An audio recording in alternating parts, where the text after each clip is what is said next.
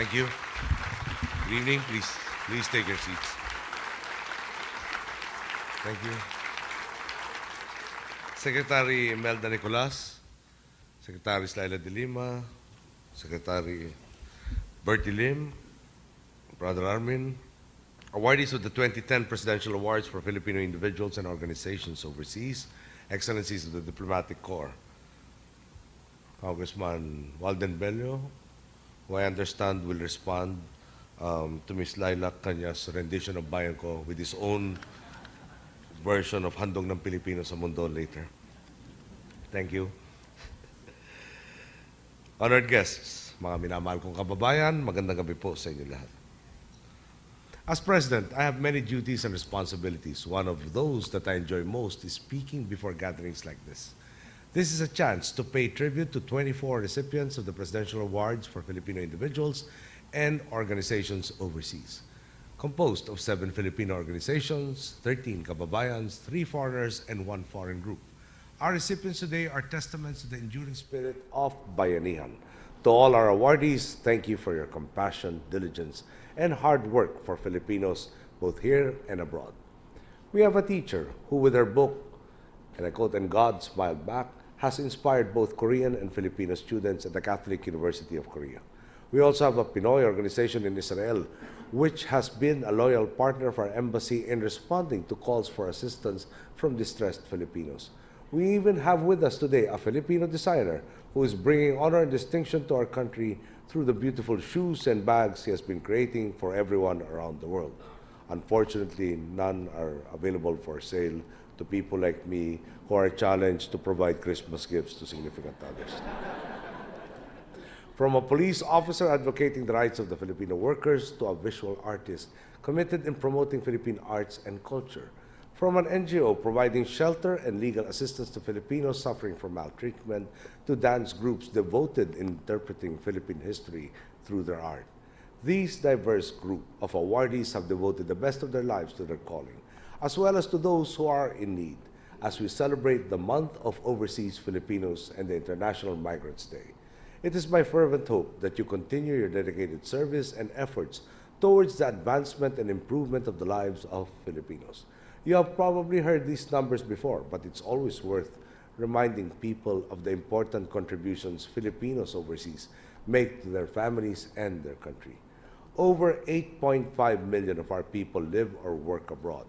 Last year, they remitted $17.3 billion, which is the equivalent of 10.8% of the country's gross domestic product.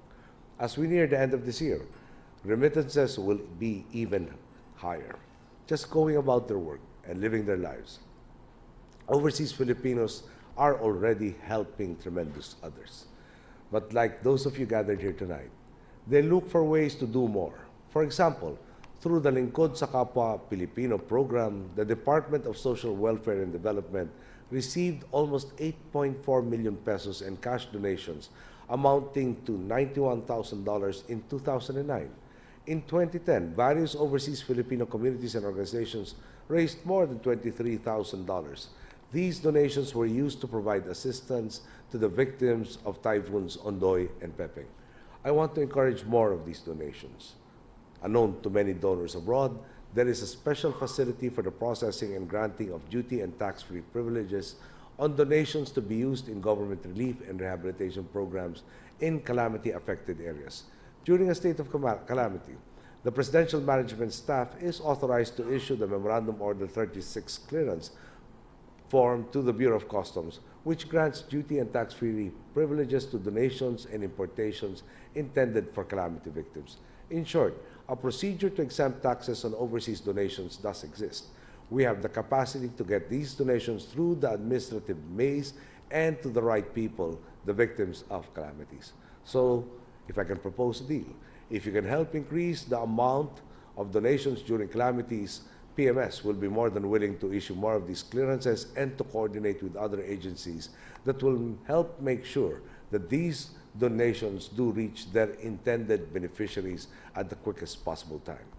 I know how hard you and others like you work to build a better future for your families and communities. And I know I've just asked you to do even more.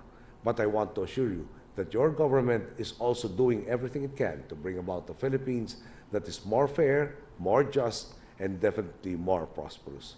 As part of our social protection package, it is important for us to strengthen our basic education and improve our health services.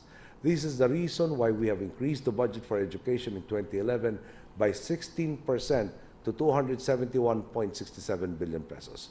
The funding for rural health facilities and for immunization was also increased to 7.14 billion pesos and 2.4 billion pesos respectively. We have also strengthened the conditional cash transfer program by increasing its 2011 budget to 21 billion pesos. This will provide the impetus needed by our reform agenda designed to significantly improve the lot of our people, especially the most disadvantaged. If we all do our part, I have no doubt that together we can leave a legacy for our country that we can all be proud of. When I leave office in less than 6 years, thank God, we will be able to say that we did leave the Philippines in a much better state than we found it. I know that I can count on you who are constantly ready to provide the helping hand to those in need. You stand out as a testament that we will never run out of men and women who will dedicate their lives towards the welfare of our countrymen. To tonight's awardees, I congratulate you, not just for your awards, but also for your spirit of bayanihan.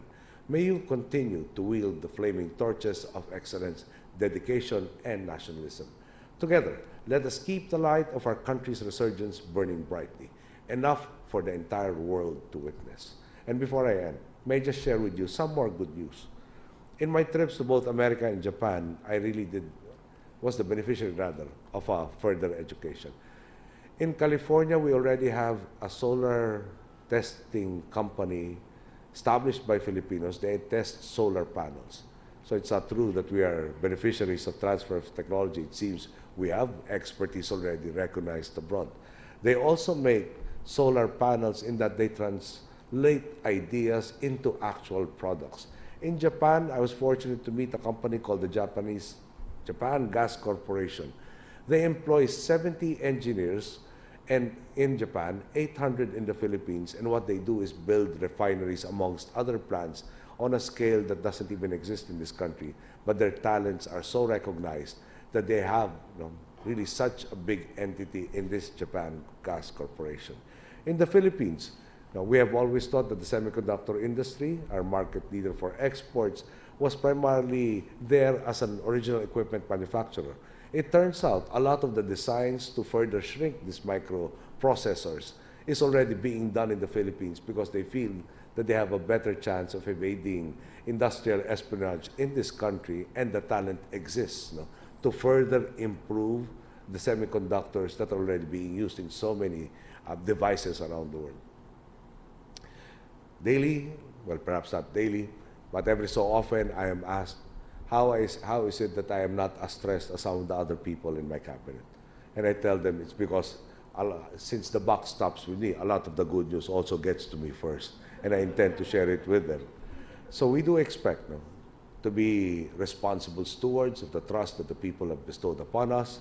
We really are committed to making significant changes, enough that everybody can say by 2016, and I look forward to June 30 noon, that definitely we will be leaving something a lot better than what we found. Thank you. Good evening.